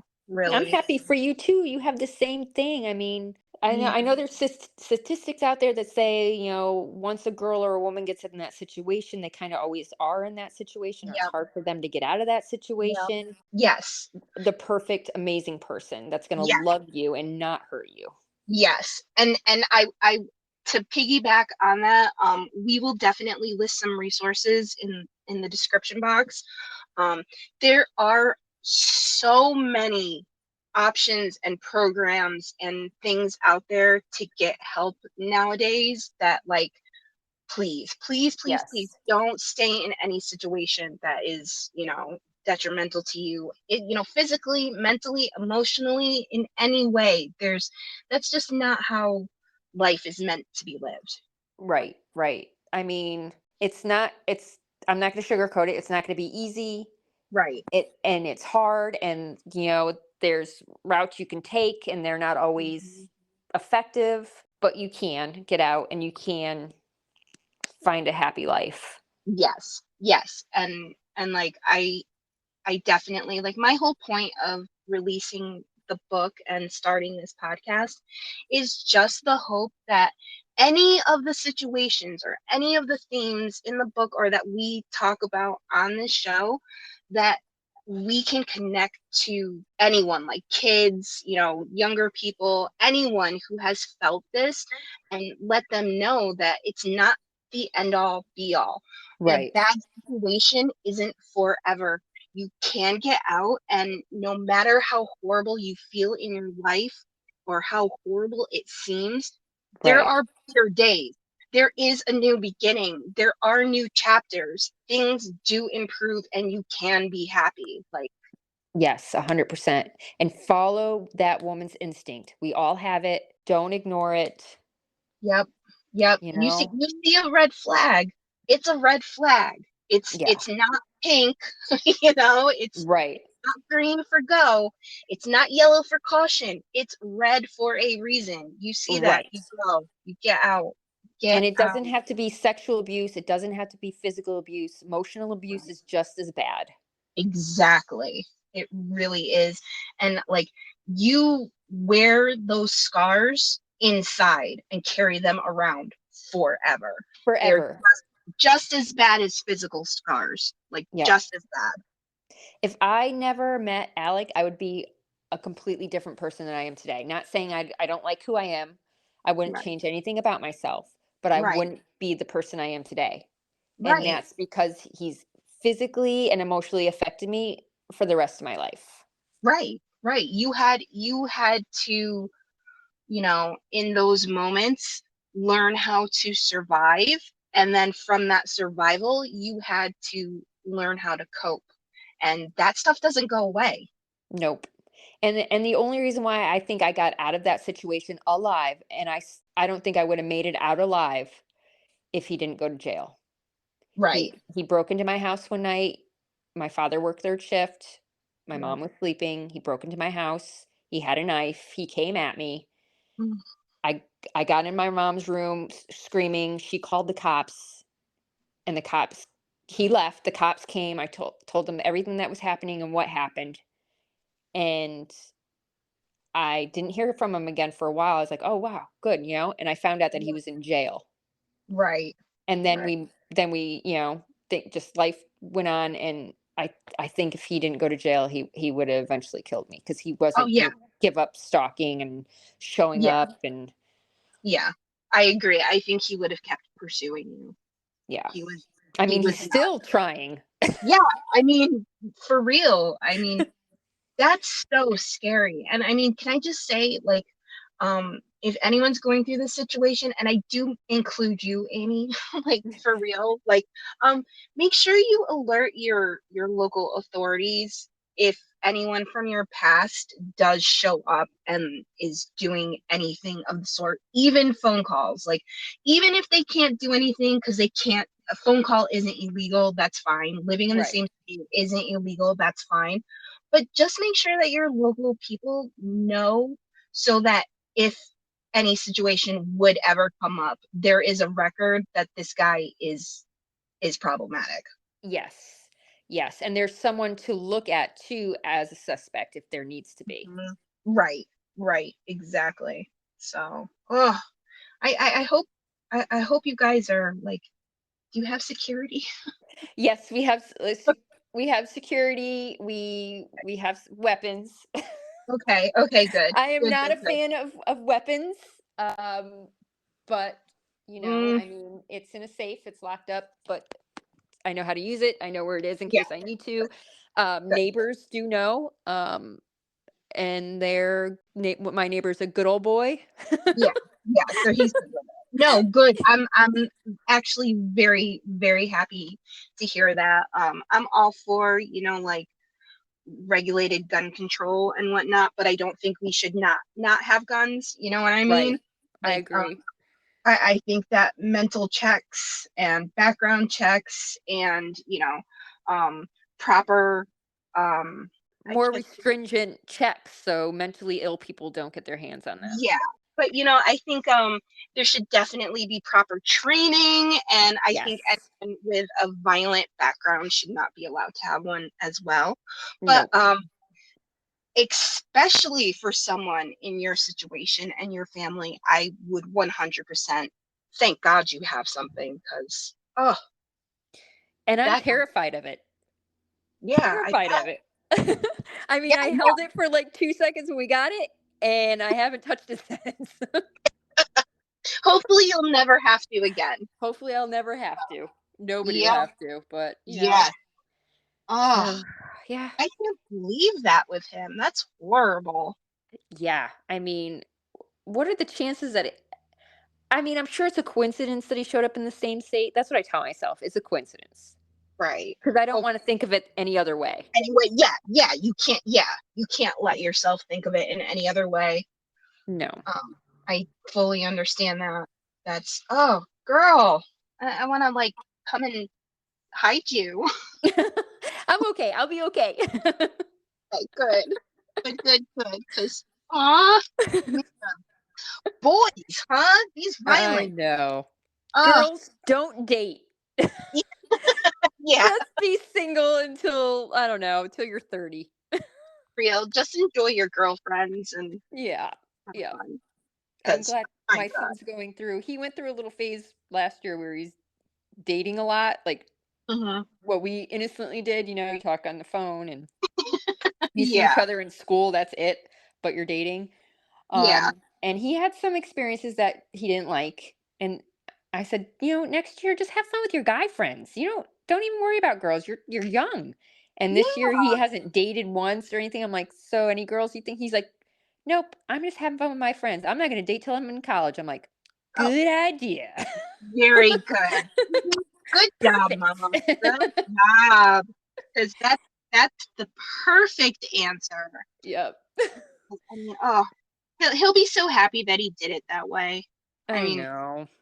I think it's easier. I think this generation's just easier. I know it's scarier being a parent right now with everything that's going on in schools. Trust me, I struggle with sending him to school every day. But also, it's a thing. Like when we grew up, it was you talk on the phone for hours or you get on your bike and you all find a place to hang out and party and right.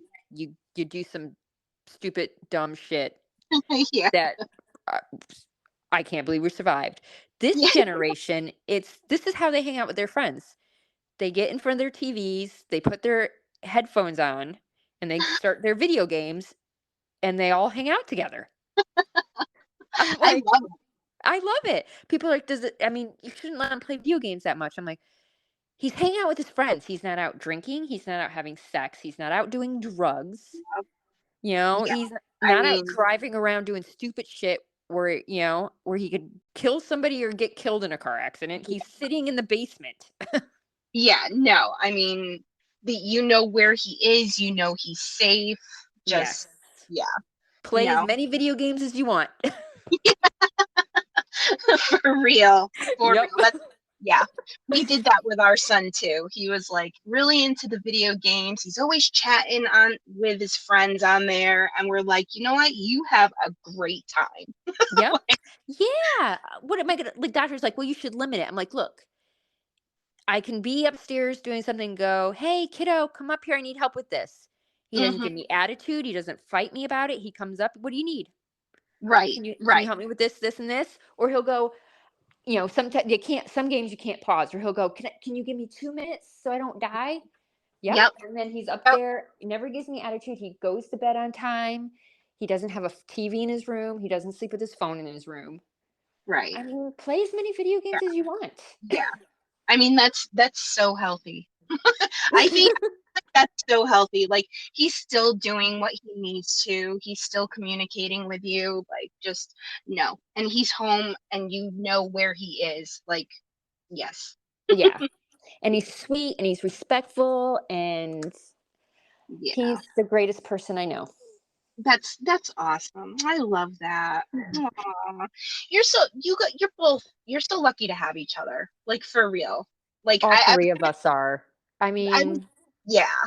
Because I was gonna say like he's so lucky to have you as a mom, but like I know that you're you're lucky in having him as a son, yes. and that like Yes.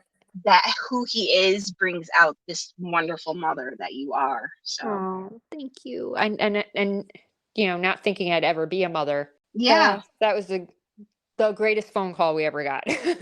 Oh, I bet that was just the bliss you must have felt. It was so funny. Like we show up at the hospital because we have 2 hours to decide, Right. and we show up at the hospital. We don't even tell my parents. We just show up at my parents' house with a newborn.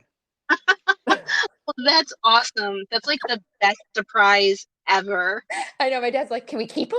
I'm like, "Yes, we can. He's ours." And they were sitting there. We're all like looking at him, like, "Oh my god, we love him. He's so perfect." And I look up. I go, "We got nothing."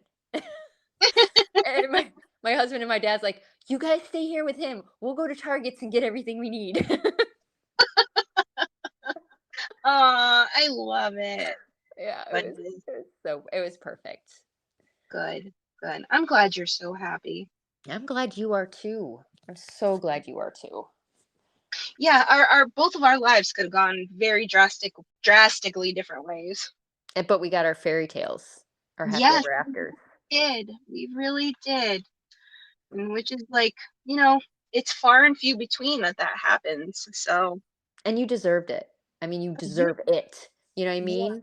you deserve it. I'm just so glad we're happy and we're in healthy relationships and we just have beautiful lives with the people we're with Yeah, yeah. and that we reconnected. Yep, me too. Me too. Just goes to show you, you don't know what life is going to bring. And when you're a teenager or you're younger and life seems so chaotic and just, unprecedentedly just vast, Yes. you just don't know what it's going to bring. And thankfully it works out sometimes. It does. And it's not the end of the world. A breakup is not the end of the world. You feel it. And I'm not saying their pain or your pain isn't justified when you break up with someone that you care about when you're young. Right. That pain is 100% real and those feelings are 100% real, but it's not the end. Right. And you can't let it dictate your life and the Right. path that you're going to follow. Yeah. 'Cause, I mean, well, heartbreak is the part of life, part of growing up, part of making you who you are, part of learning what you will and won't deal with in a relationship so you find the right person. yep. Yep. 100%. Yeah. So, I, I, I feel like all like smiley. I know, me too. I thought I would feel like just like weighed down and after this Right. podcast, but I feel great. Yeah. What's weird about it is it's like even talking about heavy subjects, it's almost like therapeutic, I think. you Yes. know like we've been holding on to stuff and to experiences for so long. I think to talk about it in a healthy way, and especially with the thought that this could possibly help someone else, our experiences, I think it just, I don't know, it makes it all worth it. It does. And it really helps to kind of share the load that you're carrying with other people that really care about you. Mhm. Yes, absolutely. And I'm sorry Absolutely. I wasn't there for you when you were going through that. Oh I no, hate that no. we lost touch when I moved. And it Yeah, wasn't like we had cell phones that we could keep in touch, you know? I mean, right, once right. somebody's number changed, there's no way to find them. Yeah. No, yeah. Same. I really hated that we lost touch, and I've thought about it so many times over the years, and I can't tell you how happy and ecstatic I was when we finally reconnected on Facebook. Me And then, too. you know, where we've grown to again from then to now. I'm just so thankful. Me too. And Anne did keep me updated on you over the years, you Same, know. same thing. Yep, and She she's a good loyal friend, you know. She didn't tell things that weren't to be told, you know, but she did keep me like in touch with you and what's going on. And we did run into each other after I started dating my husband. I think we went to your house once, Anne and I. um, And then Dave showed up, I think, for a little bit. And then I had to drive back home. So we didn't stay there that long, but yeah, I think it I was like, think I remember that. yeah, and I think you were working at one of the stores in the mall or something. Yes, yes, yes, yes, yes, yes, yes, yes. The mall years. Oh But you God. seemed a lot happier then. Like you seemed happy. Yeah, yeah, yeah. It took a while, but finally got there. So, Yeah. which is good. And I mean, we're reconnected now, so Yeah. happy about that. Oh, sounds like my husband just got home. Oh, all right. Well, we can wrap up because it's been hours at this point. But thank you so much for coming on today, for sharing, and just for being you, because I love you so I much. love you too. And thank you for letting me come on and share this with you. It's been fun to kind of ride along on this little adventure with you.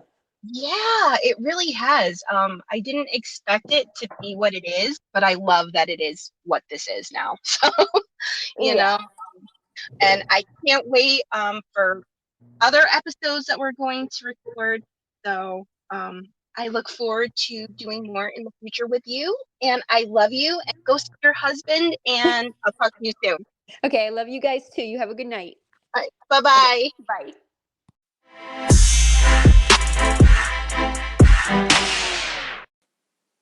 Oh my God, my earbud audio.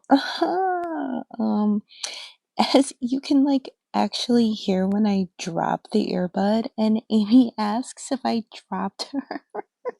Oh, that was actually the moment that I was like, uh-oh.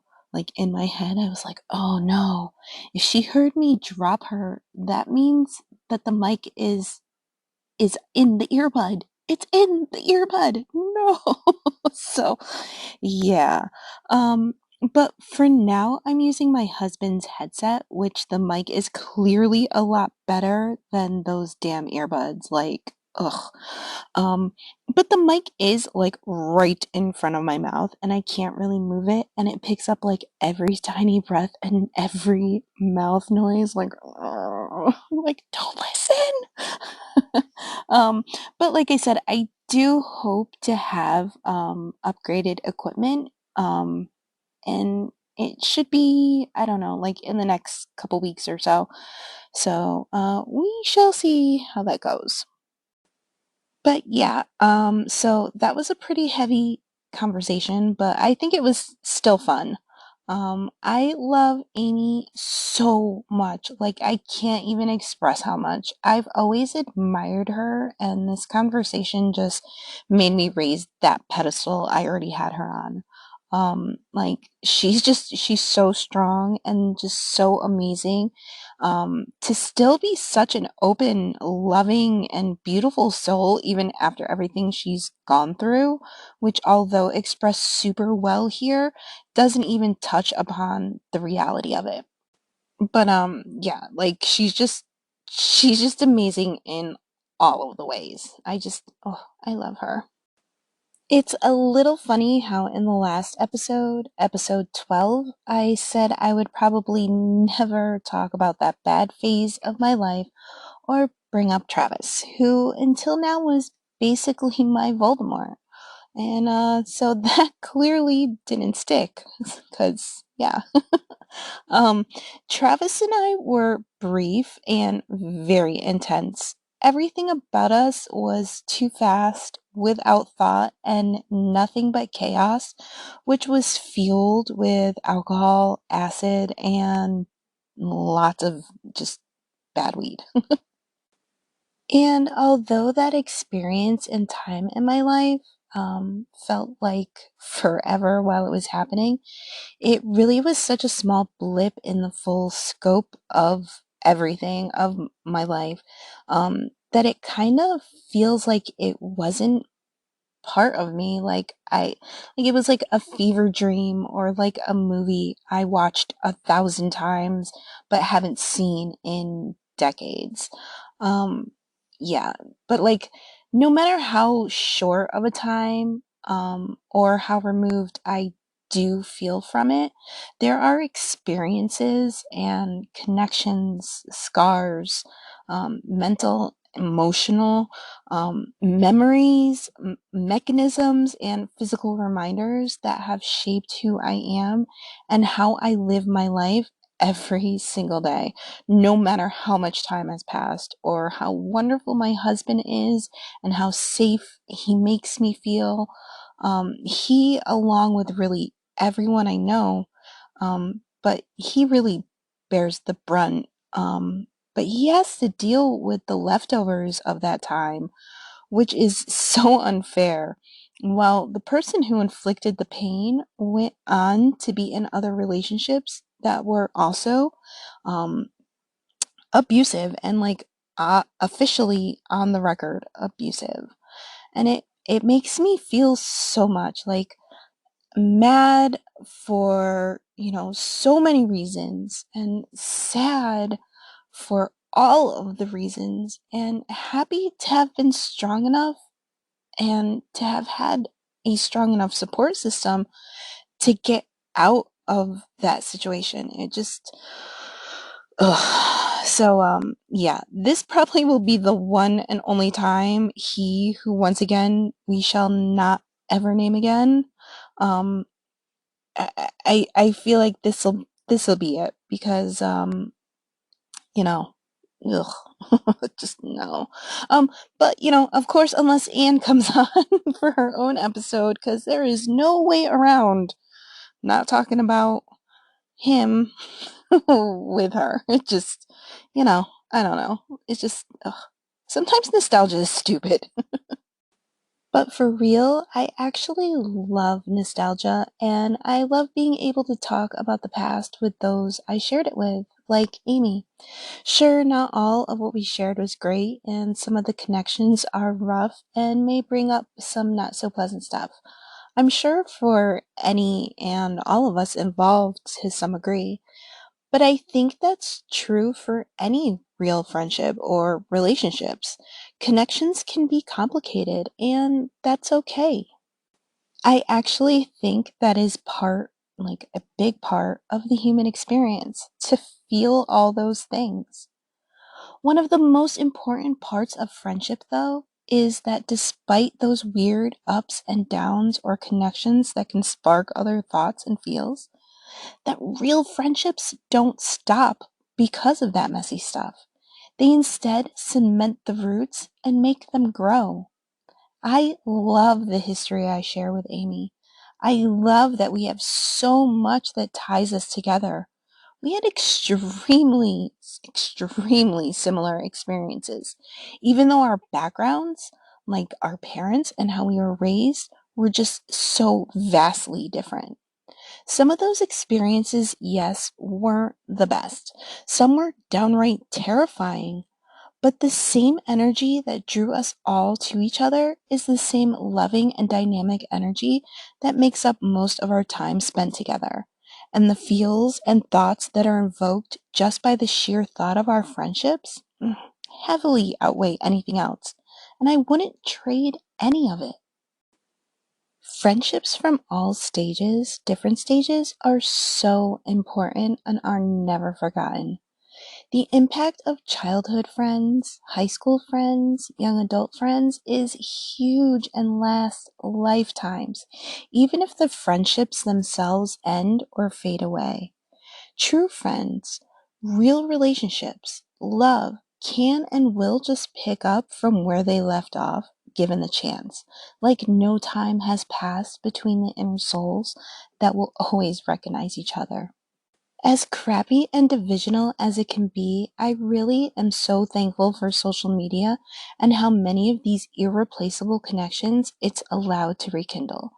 Because as special as those like young friendships were, having them now again in full adulthood is absolutely priceless and beyond measure.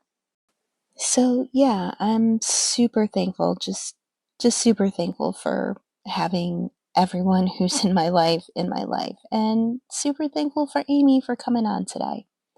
Um, but before I end this episode, I do want to say, if you find yourself in an abusive situation, please make sure to talk to someone, whether that be someone in your personal life that you trust or someone on a professional level.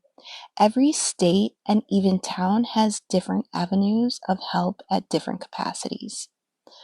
But the National Domestic Violence Hotline is a great place to start no matter where you are. I will link the website, but the phone number to call is 800 799 7233. Again, that number is 800 799 7233. Or you can text START, that's the word START, START, to 88788. Again, you can text the word START, START, to 88788, or call 800 799-7233. This is where help is available for you 24 hours a day, 7 days a week. So yeah, and I will also, like I said, I'll link the website, which is thehotline.org if you can't get to that. Yeah, but please make sure you get yourself somewhere safe and get help, and I'm rooting for you.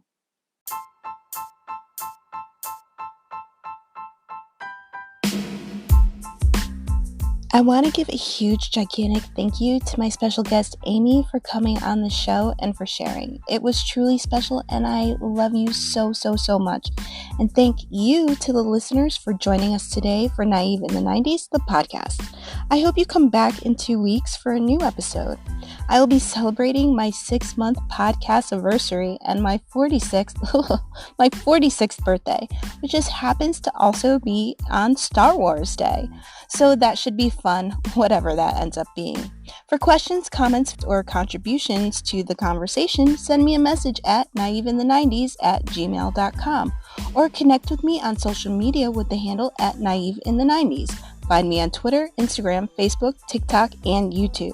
And of course, don't forget to grab your copy of Naive in the 90s, the creative nonfiction book based on real-life diaries from the early and mid-90s, available on Amazon.